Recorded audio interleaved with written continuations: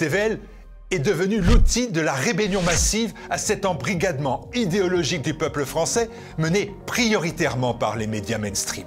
En désobéissant aux ordres et aux interdits de la pensée unique, TVL a remporté en 2022 son pari de l'influence, mais aussi de l'audience. Aidez-nous à briser la chape de plomb, à faire partager au plus grand nombre le pluralisme des opinions, le débat, la confrontation des idées, la liberté d'expression, la liberté. Mettons toutes nos forces pour que tous les Français retrouvent l'espoir, l'audace, l'esprit de résistance avec TVL. Donnez à TVL pour assurer vos idées en 2023. TVL, la rébellion au quotidien.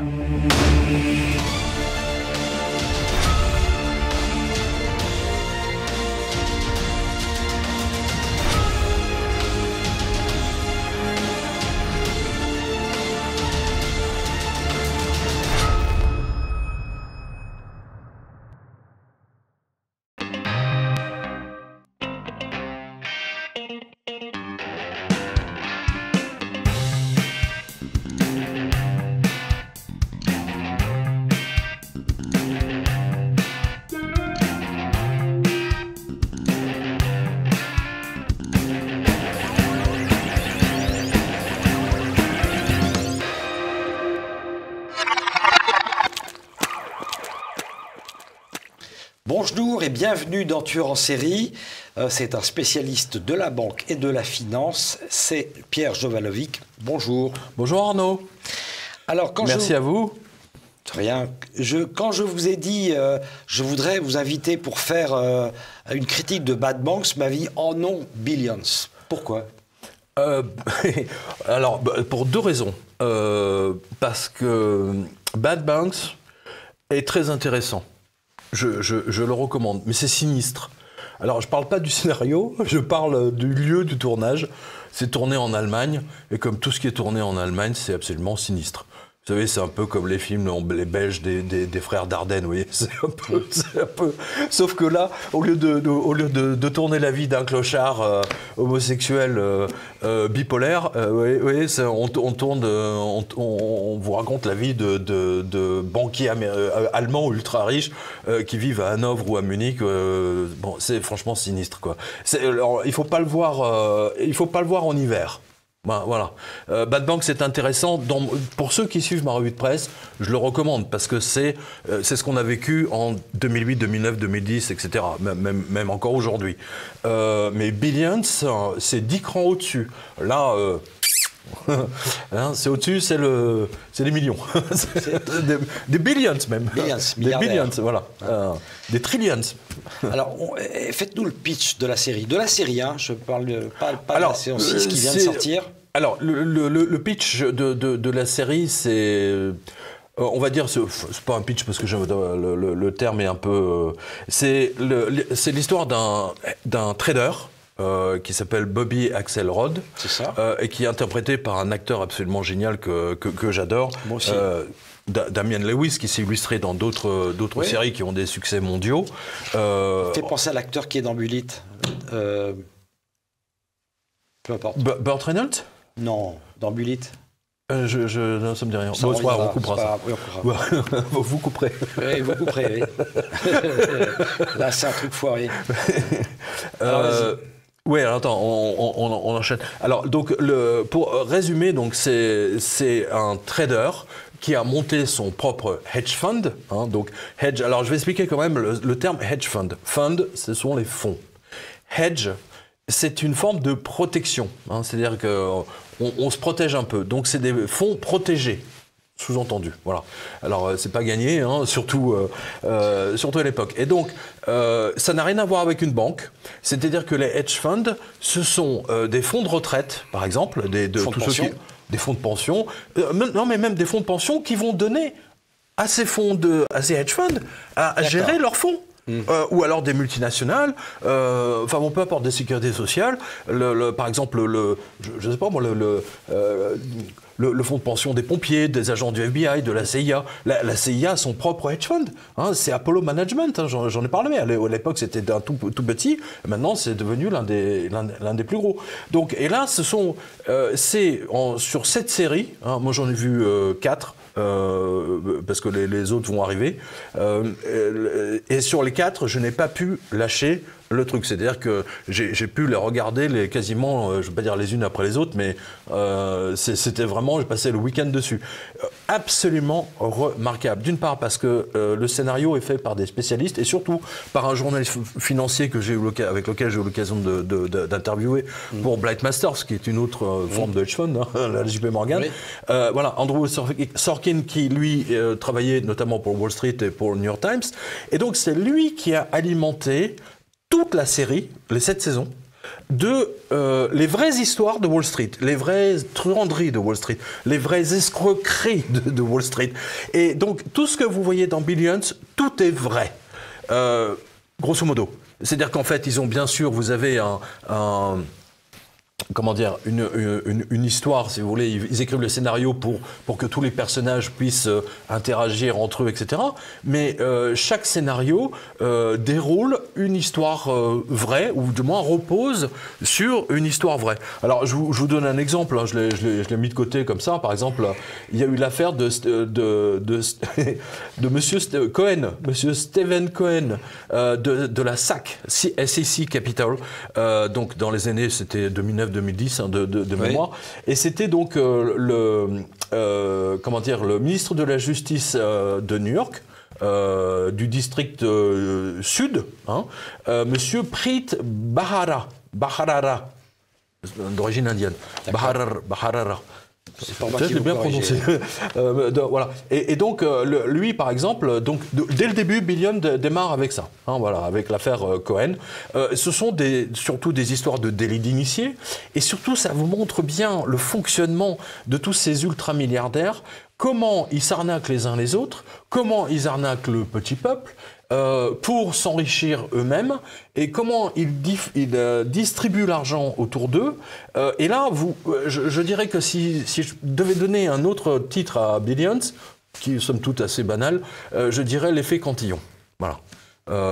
C'est l'effet Cantillon, c'est-à-dire que vous voyez tous ces hedge funds qui sont au plus près de la Fed, qui fabriquent de la monnaie en planche à billets à plus savoir qu'en faire, et eux sont les premiers bénéficiaires. Et on aura l'occasion de parler de la Salomon Brothers Bank, qui dans l'histoire, si vous voulez, de Wall Street, c'est la banque qui a été, punie d'une manière telle que même encore aujourd'hui, tous les banquiers et surtout tous les managers de hedge funds s'en souviennent. Donc Billions, c'est absolument remarquable, et Monsieur Lewis joue d'une manière formidable, et surtout, vous avez donc un avocat, alors c'est Monsieur Bharara, on va dire, qui est pris pour modèle, hein, qui est interprété par Paul Giamatti, que je connaissais pas, et qui donc son nom dans la série, c'est Chuck Rhodes. Voilà, Chuck Rhodes, dont la femme travaille bien entendu pour le hedge fund. Alors c'est là où il y a des croisements, et ce qui est étonnant, si vous voulez, c'est que c'est un couple sadomaso. C'est-à-dire que vous avez le ministre de la Justice ou le sous-ministre de la Justice qui rentre chez lui, c'est-à-dire qui a passé sa journée à condamner des gens, et qui rentre chez lui, qui se fait fouetter. Alors, mais c'est totalement dingue. Non, mais ça revient tout le temps.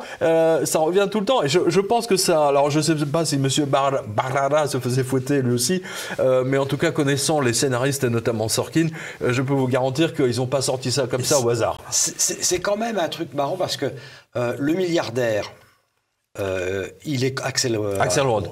Il est plutôt sympathique. Oui. Hein, oui, il est normal. Oui.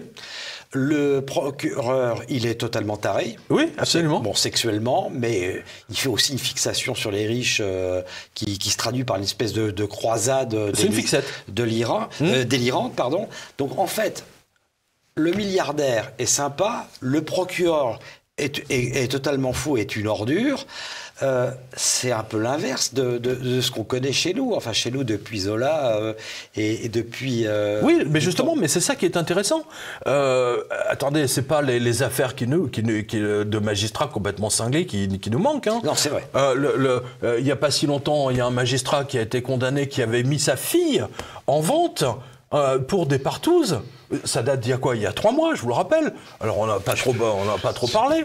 Vous avez un autre magistrat qui, en pleine séance publique, se masturbait sous sa robe. Enfin, je veux dire, il y en a un troisième qui a attaqué des gens dans son immeuble à coups de sabre de samouraï. Je veux dire, les magistrats, c'est... Vous savez, ça me fait penser à un article de Libération. Libération, il fut un temps où c'était un grand journal. Ils faisaient leur dernière, la 4e. C'était toujours une profession qui était décrite. Et donc, ils avaient un jour, ils ont interviewé le propriétaire d'une boîte de sadomaso, justement, oui. de la Bastille ou je sais pas où, là, enfin parisienne en tout cas. Et je me souviens, on avait regardé ça parce que c'était la 4e. Et en fait, ce qu'il disait, c'est que les professions qui arrivaient, celles qui fréquentaient le plus son club, numéro 1, les dentistes, et numéro 2, les magistrats, numéro 3, je ne sais plus ce que c'est. Mais ça vous montre bien, si vous voulez, que le choix de la profession n'est pas innocent. Un dentiste, hein, il aime bien faire mal, hein, quelque part, donc... Bah oui, oui. Attends, il vous fait des trous dans la mâchoire. Je sais pas s'il y a des dentistes qui nous écoutent. Ouais, bah si, ils doivent connaître ça. Ça, je peux vous le dire.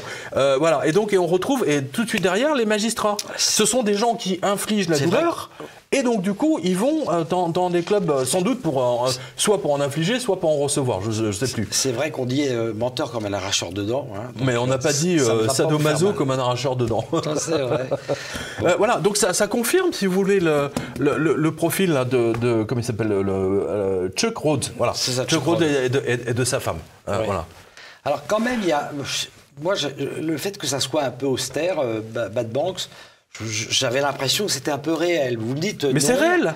Mais les deux sont réels. Les deux sont réels. Et c'est les approches des metteurs en scène qui sont différents. Oui, je comprends bien. Mais par exemple, on voit Axel Rode. Bon, il est sympa. Il vient habillé en jean et en streetwear ou en tenue de sport, quoi. Alors qu'ils sont tous en costard, oui. C'est ça. Alors il va à ses rendez-vous d'affaires, même devant le juge, quand il est convoqué, il vient en t-shirt, il s'en fout complètement, quoi. Alors bon, ça encore, bon, je veux bien, quoi. La psy, qui est la femme la maîtresse, si j'ose dire.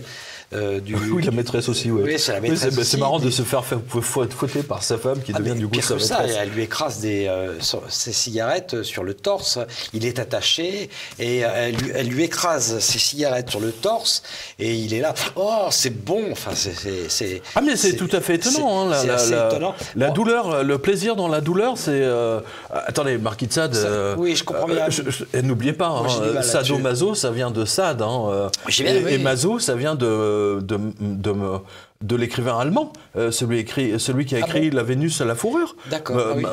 Mazur. Ah d'accord, je savais pas. Il a écrit la Vénus à la fourrure. D'accord. Et c'est la déesse Vénus qui lui apparaît, et donc là, il est à ses pieds, il se fait fouetter, et ainsi de suite, quoi. Voilà. Donc, d'où le mélange des deux.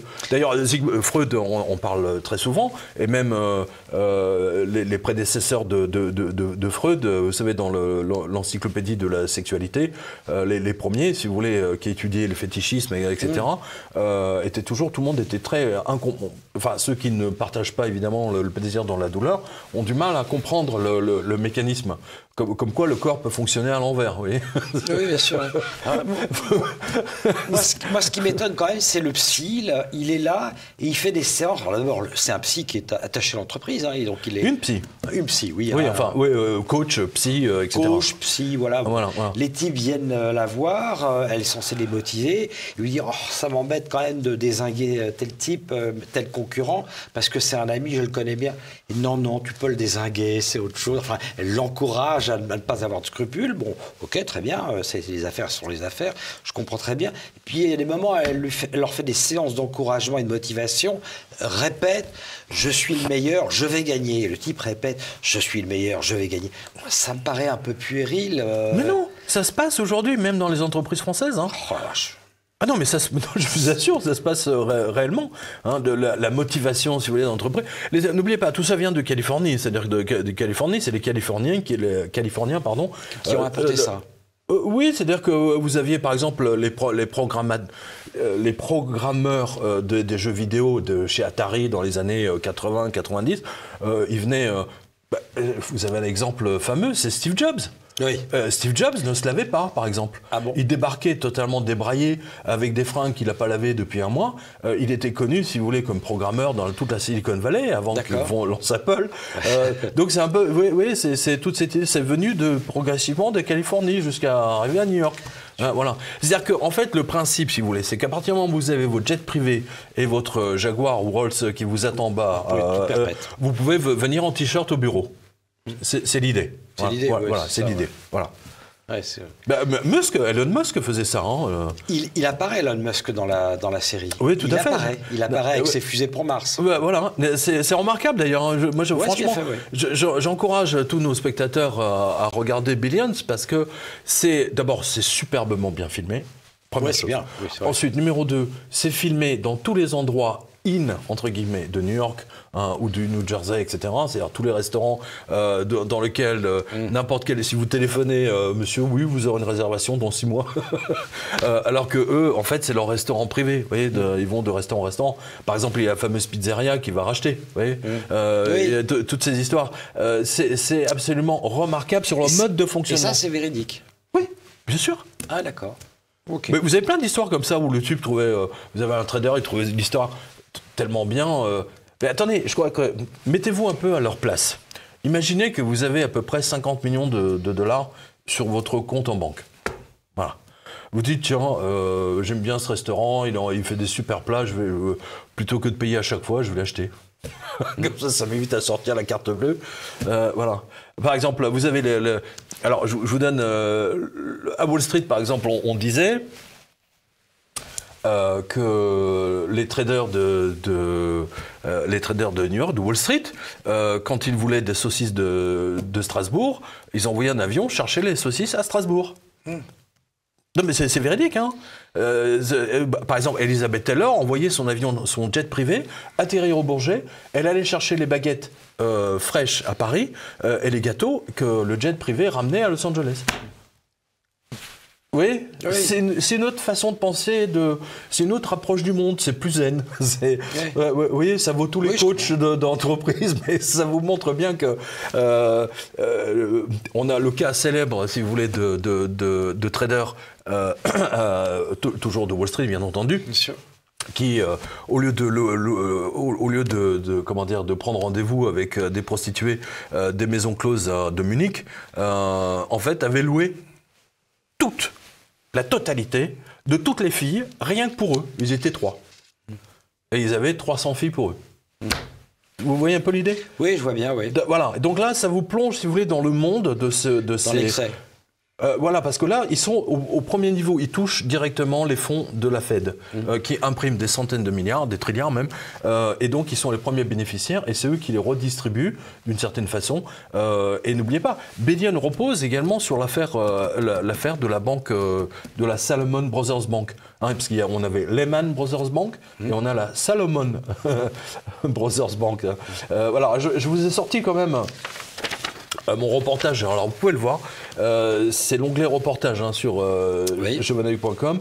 Alors, je vous lis, parce que c'est... à l'époque, les gens de la Salomon Brothers gagnaient tellement d'argent qu'ils s'étaient surnommés les bips tournantes. Vous voyez un peu l'idée. C'est jouer de Big Swinging Dicks, comme ils disent. Et bien sûr, ils ont voulu gagner tellement d'argent, plus d'argent, avoir des bips encore plus grosses et les faire tourner encore plus vite. Mais il y a une loi. Tout vampire qui se respecte finit par la loi de sa propre cupidité, par ce bip lui-même. Jugez-en. Ne pouvant dépasser le nom précis de bons du trésor qui leur était permis d'acheter, donc par la Fed, en 1991, la Salomon Brothers Bank a été prise en flagrant délit de bidouiller les enchères donné à un haut fonctionnaire de la Fed, donc du gouvernement américain, du Trésor. Et ceci pour pouvoir en acheter encore plus, mais en fraude. C'est-à-dire pour un sous-nom. Voilà, donc ils voulaient encore plus de gagner. Ça leur suffisait pas les centaines et les centaines de millions, ils en voulaient encore plus. Bref. Alors, entre décembre 90 et 1991, je parle de ça parce que c'est dans Billions, hein, ils s'en sont servis. La Salomon Brothers a rempli des faux documents, usage de faux donc, pour dépasser son quota et fait des fausses enchères pour en avoir plus. Le scandale a été tel que Alan Greenspan, donc c'était le patron de la Fed à l'époque, hein, celui qui fumait des cigares justement, oui, bien sûr, n'a fait ni une ni deux. Il a sabré le nom de Salomon Brothers Bank de la liste des accrédités aux bons du Trésor. Donc du jour au lendemain, ils n'avaient plus accès. Donc ils ont fermé le liquidité, ils étaient morts. Et il lui a collé une amende record de presque 300 millions de dollars en 91, ce qui correspond à plus d'1 milliard aujourd'hui. Voilà. Et c'était CJ, la Salomon Brothers Bank. Pour que la Fed s'énerve à ce point-là, c'est que je peux vous dire que la truanderie de la Salomon a dépassé tout entendement. Voilà. Et ça, c'est une affaire qui a servi à Billions, qui fait un des scripts de Billions. Et c'est le fameux banquier, c'est John Gutfreund, patron de la Salomon. Voilà. Et c'était l'un des premiers à vendre des prêts toxiques, hein, donc avant Blight Masters. Donc en fait, le juge qui est un tueur de milliardaires et qui en fait une fixation, finalement, il n'a pas complètement tort, quoi, si je vous écoute. Ah mais non, mais il n'a pas du tout tort. Mais vous savez, la SEC, donc le gendarme de Wall Street est connu, si vous voulez, pour fermer les yeux sur tout. Et de temps à autre, il faut faire, parce qu'il faut quand même montrer qu'ils servent à quelque chose au public, hein. Sinon ils vont bien pas sûr. Être, voilà. Bah, c'est comme l'AMF aujourd'hui en France. Oui. Elle sert à rien. Oui, bien sûr. De temps en temps, il y a des petites condamnations, mais les banques, la Banque Postale vole les Français en plein jour. Vous avez plein de banques qui volent les Français. La N26 qui vole les Français en plein jour. J'ai pas entendu l'AMF ou même la Banque de France ou même ne serait-ce que le gouvernement bouger sur son dossier. Mais passons. Donc de temps en temps, il donne quelques têtes. Alors on a eu Lehman Brothers, oui. Hein, donc en 2008, oui. Et surtout on a eu juste avant en mars 2008, on a eu la Bersians. Hein, donc voilà. Et ce qui est intéressant, si vous voulez, c'est qu'à l'époque le ministre des Finances, c'était un ex Goldman Sachs. Et qu'est-ce qu'il a fait ? Il a sabré les deux principaux concurrents de Goldman Sachs, ce qui fait que quand il a sabré la Bersians et la Lehman, Goldman Sachs était devenu le plus gros majoritaire, si vous voulez, à bénéficier, à pouvoir des bons du Trésor américain. C'est tout à fait extraordinaire, avec la JP Morgan. Voilà. Donc là, vous êtes avec Billions, c'est ça que je veux dire, c'est que on est aux premières loges. Et quasiment tout ce qui est traité dans Billions, je l'ai traité plus ou moins à l'époque, hein, donc entre 2008 et aujourd'hui, dans la revue de presse internationale. Hein, ils sont quasiment tous là. Hein. Alors, oui, il y a un truc qui m'étonne beaucoup quand je regarde Billions, c'est la manière dont la justice se déroule aux États-Unis. D'abord, les procureurs négocient tout le temps. Oui, c'est une habitude, hein, c'est une négociation. C'est-à-dire qu'en fait... attendez, négociation... Ah non, mais je suis d'accord, mais... Rappelez-vous, alors je ne sais plus si c'est la BNP ou la Société Générale. Rappelez-vous, je crois que c'est la BNP, oui. On va vérifier. François Hollande est allé demander à Barack Obama « Monsieur, est-ce que vous pouvez éviter de donner une amende de 2 milliards ou je ne sais plus combien à la Banque française ?» Et Obama lui a dit « Non, va te faire voir ». Et pour se faire excuser, il lui a filé un hochet, c'est-à-dire un voyage officiel dans tous les États-Unis, vous voyez, pour lui faire pardonner de faire payer 2 milliards à la BNP ou à la Société Générale. Donc vous comprenez bien ça ? Oui, je comprends bien. C'est-à-dire qu'en fait, les Américains sont beaucoup plus rapides à condamner les banques européennes que condamner leur propre banque. Hein, c'est un chantage. Hein. N'oubliez pas, ce sont des cow-boys. Ce que vous voyez là, c'est Lucky Luke modernisé. Hein. Les Dalton sont à Wall Street. Hein. Enfin, même ici en Europe. Hein, voilà. C'est des banquiers. Hein. Maintenant, ils sont de l'autre côté du guichet. Voilà. Alors, quelle différence, on va parler des crimes en question, quelle différence il y a entre un bon tuyau et un délit initié ? Aucun. La différence, c'est que vous êtes fait prendre.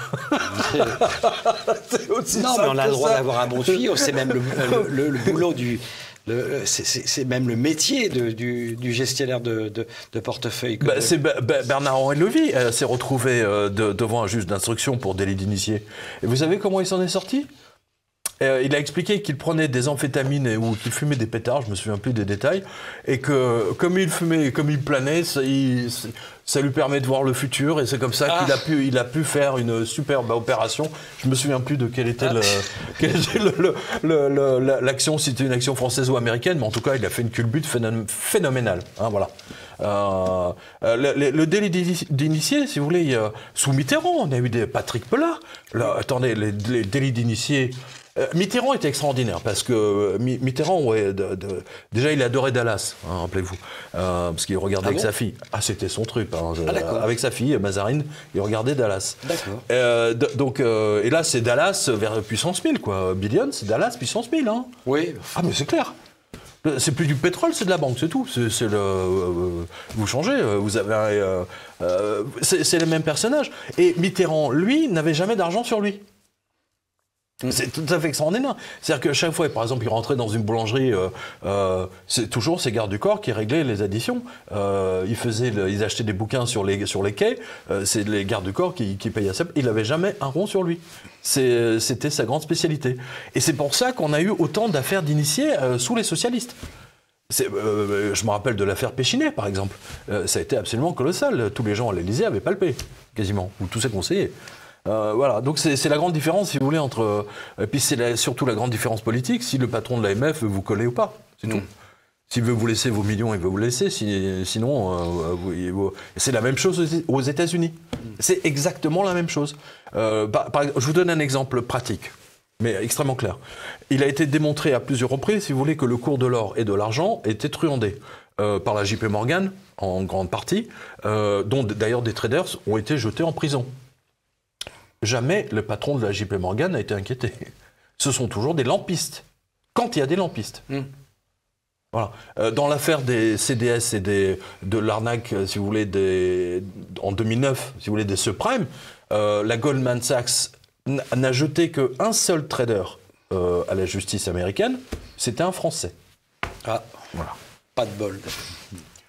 Il s'était vanté, si vous voulez, sur ses mails, qui était arrivé, bien entendu, donc à la justice donc publique. Je suis le maître du monde, et après l'explosion de Wall Street, il ne restera qu'un seul maître du monde, c'est moi. Oui, il se retrouvait en prison, mais bon, ou je ne sais plus, condamné, etc. Je me souviens plus de son nom, mais on va le retrouver. Alors, il faut dire quand même que le pouvoir des juges, il est extrêmement fort. Hein. Ils peuvent arriver, débarquer dans une entreprise, ils arrivent avec les flics, ils saisissent tous les ordinateurs, ils interrogent les gens immédiatement, parfois même ils finissent en garde à vue. C'est comme ça aussi en France ? Oui, bien sûr. Bien sûr, la police. Alors, mais comment une entreprise fait pour s'en... Je sais pas. Je vous donne un exemple. Vous retirez les ordinateurs d'une boîte qui fait des placements boursiers. Comment elle fait ? Non, mais justement, c'est ce que j'allais vous dire. L'affaire Kerviel. La policière donc du parquet de la brigade financière qui a été nommée, elle ne savait même pas lire un bilan. Oui. Donc vous voyez l'arnaque déjà. Oui, un peu. Oui. Héloïse Benamou en a parlé longuement, si vous voulez, dans son livre Kleptocratie française. Hein, elle montre bien, si vous voulez, que jamais la justice n'a voulu vraiment fouiller l'affaire Société Générale, et surtout l'affaire Kerviel. Parce que c'est pas la Société Générale qui était en cause, c'était tout un tas de sociétés satellites qui dépendaient, qui étaient actionnaires de la Société Générale. Hein, et c'est comme ça que les Américains ont pris le contrôle de la Société Générale aujourd'hui. Ne l'oubliez pas. C'est surtout ça qu'il faut voir. Alors, la puissance de feu de la justice est dans les deux sens, parce qu'on voit dans la série Billions, à un moment, Axe Capital a signé un contrat avec une mairie, et puis la mairie ne peut pas honorer son contrat, et donc ils introduisent une procédure qu'on appelle l'austérité, qui consiste tout simplement à saisir la totalité des actifs de la mairie,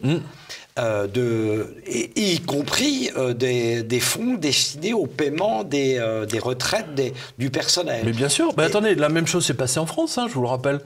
Du moins a failli se passer, le gouvernement a quand même mis le haut là, ils ont trouvé.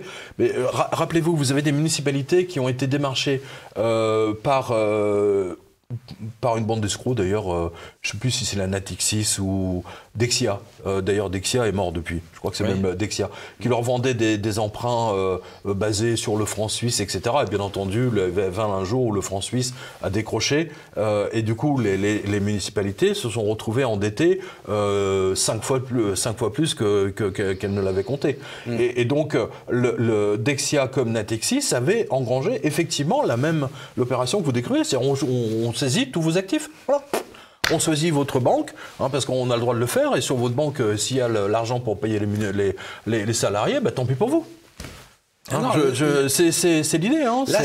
Attendez, les banquiers, c'est des cow-boys, ne l'oubliez pas. Dans l'austérité, là, c'était pire que ça. Ils saisissaient non seulement les actifs, mais y compris les fonds de pension, pas les fonds de pension, l'argent en numéraire qui permet de payer les retraites directement. C'est-à-dire qu'une fois qu'il avait mis ça en route, les anciens salariés de la mairie ne touchaient plus leur retraite.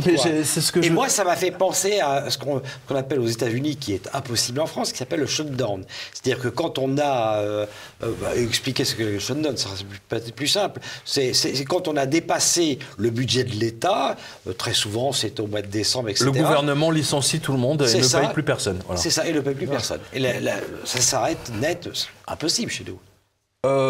Écoutez, c'est impossible parce que le système de retraite est différent déjà. Oui, bien sûr. Voilà. Aux États-Unis, vous êtes, comme en Angleterre d'ailleurs, vous êtes censé cotiser vous-même à votre propre retraite. C'est pour ça, si vous voulez, que les salaires sont vraiment différents, sont le double, par exemple. Parce que de toute façon, on vous donne le double, mais ça revient au même.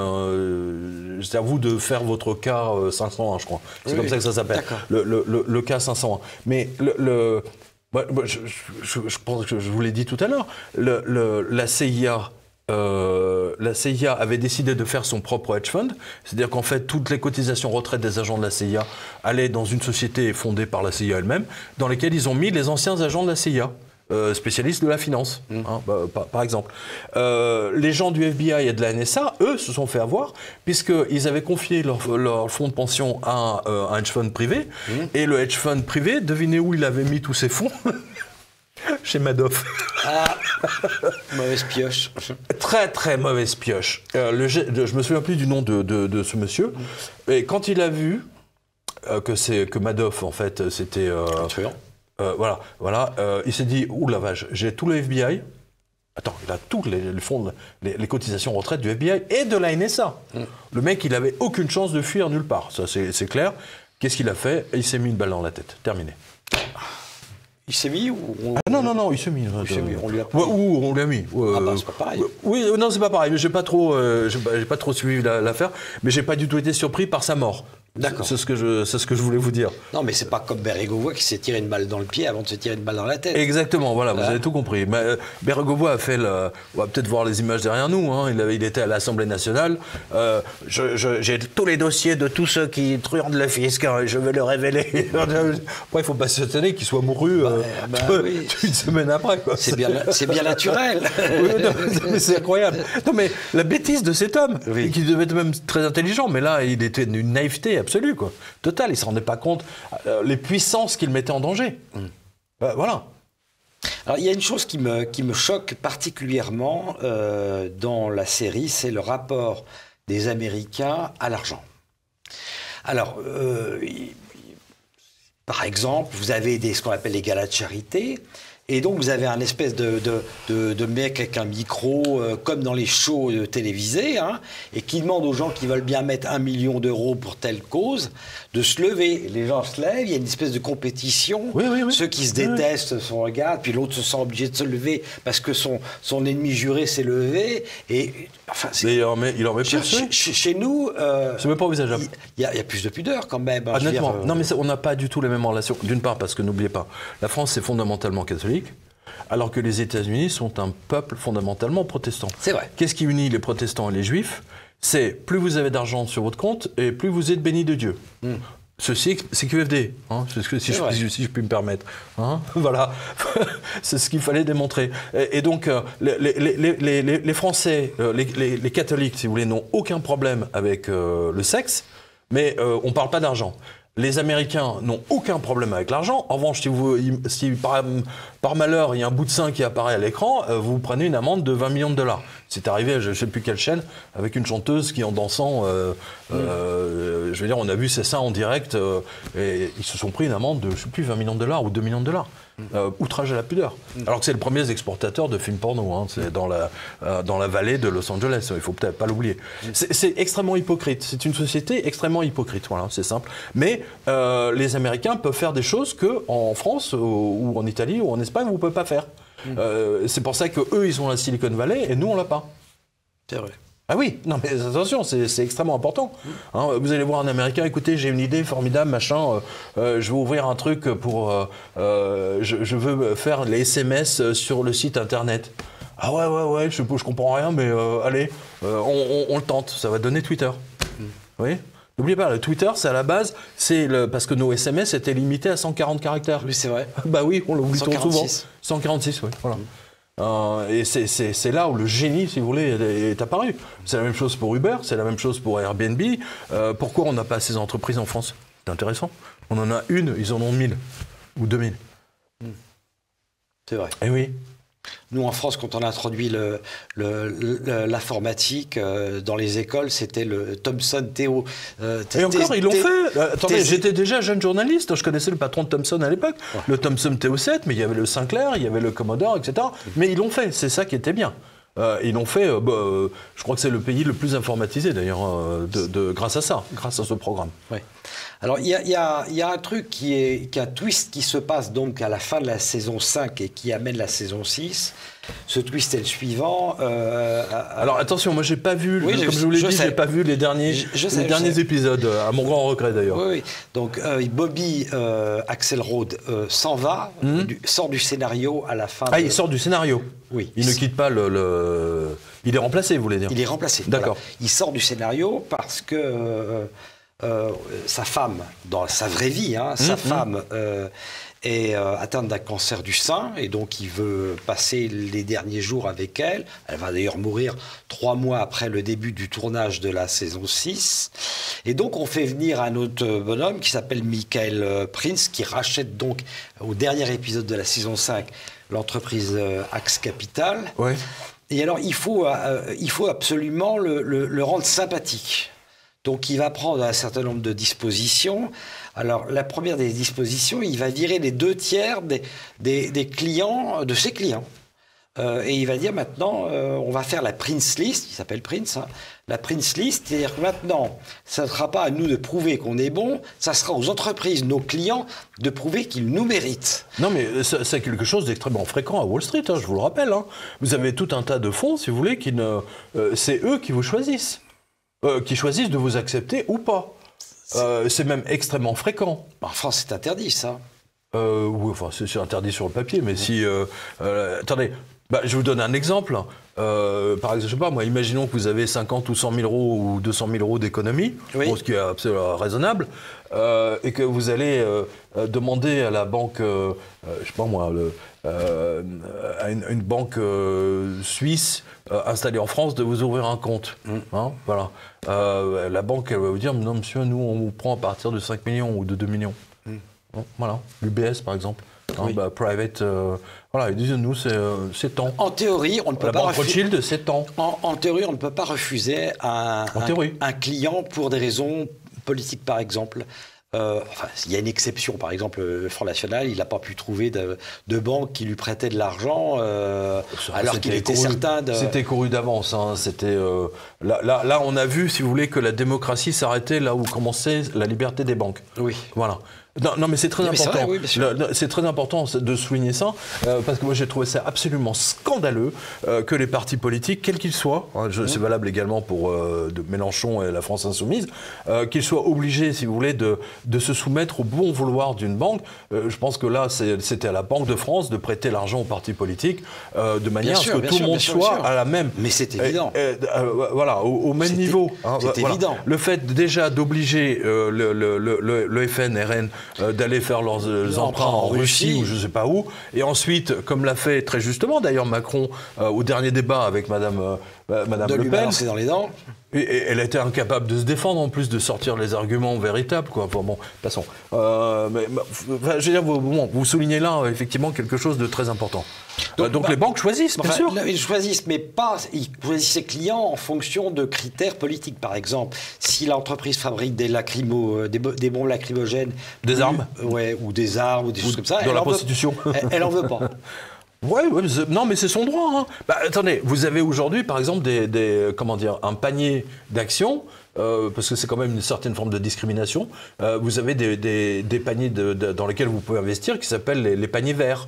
C'est-à-dire que tout ce qui est écologie, blabla, carbone, et ainsi de suite. Et vous avez des hedge funds qui se sont spécialisés là-dedans aussi. Donc, si vous voulez, par exemple, si vous estimez que, oui, il faut sauver la planète, je vais mettre 500 millions là-dedans, voilà, vous aurez tendance à aller sur cette voie-là. Mais aujourd'hui, les hedge funds, si vous voulez, sont les rois du jeu, parce que, à part eux, il n'y a plus que BlackRock. Éventuellement, enfin, oui, oui. C'est-à-dire que BlackRock, Vanguard et d'autres, Cerberus, etc., sont devenus, à cause de la crise, à cause de toute la planche à billets qui est déversée par les Américains, ce sont devenus des plus gros vautours aujourd'hui, et ils contrôlent le monde. Aujourd'hui, vous savez, l'homme le plus puissant du monde, c'est pas... Non, bien sûr. C'est pas tant le président des États-Unis que le patron de BlackRock. C'est le patron de BlackRock, c'est le patron de Twitter, c'est le patron de Facebook. Oui. C'est eux les plus puissants. Ne l'oubliez jamais. Et qui peuvent tenir tête à Trump. Twitter il fermait son compte, etc. Twitter a montré l'exemple. Oui, bien sûr. Oui, bien sûr.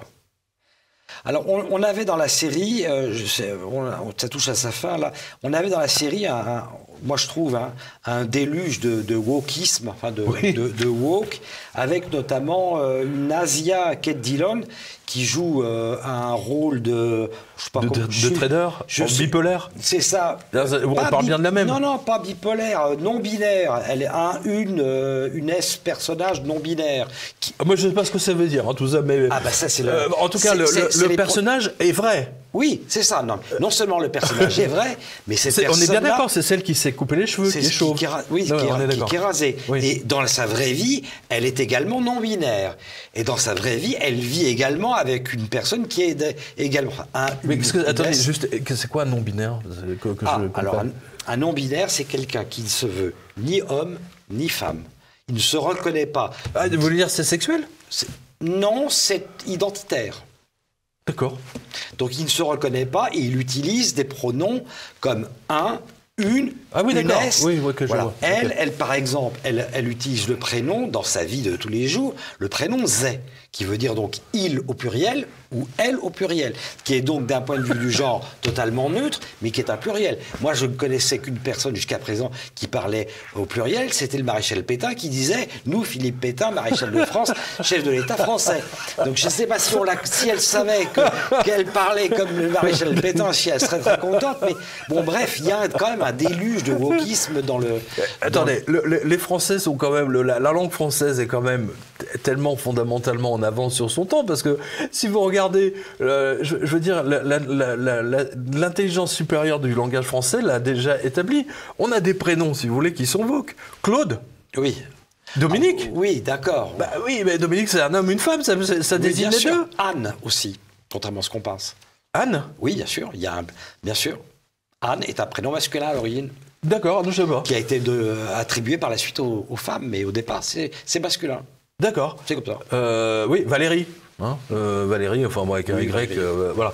Mais enfin, surtout Claude et Dominique, si vous voulez, sont des prénoms à géométrie variable, quoi, comme on dit. Donc du coup, ou à la vapeur. Ouais. Voilà. Du coup, ma question, est-ce que ce déluge de wokisme, c'est parce que en fait, le metteur en scène veut montrer comment est la société de la finance? Ou est-ce que parce qu'il nous fait de la propagande et qu'il veut fourguer... Non, c'est le milieu de la finance, c'est comme ça. Le milieu de la finance, c'est comme ça. Oui, tout à fait. Non, ils sont complètement accros à ce genre de truc. Moi, vous savez, déjà dans les années 90, les banques américaines déconseillaient aux salariés, aux banquiers, de prendre l'ascenseur seul avec une femme. Même s'il était salarié de la banque. dans l'immeuble de la banque. Bien sûr. C'est déjà dans les années 90, là on est en 2022. Vous vous rendez compte? Ça fait 30 ans, ça fait plus de 30 ans. Donc vous imaginez le chemin que cette folie a parcouru et qui devient effectivement complètement... vous savez...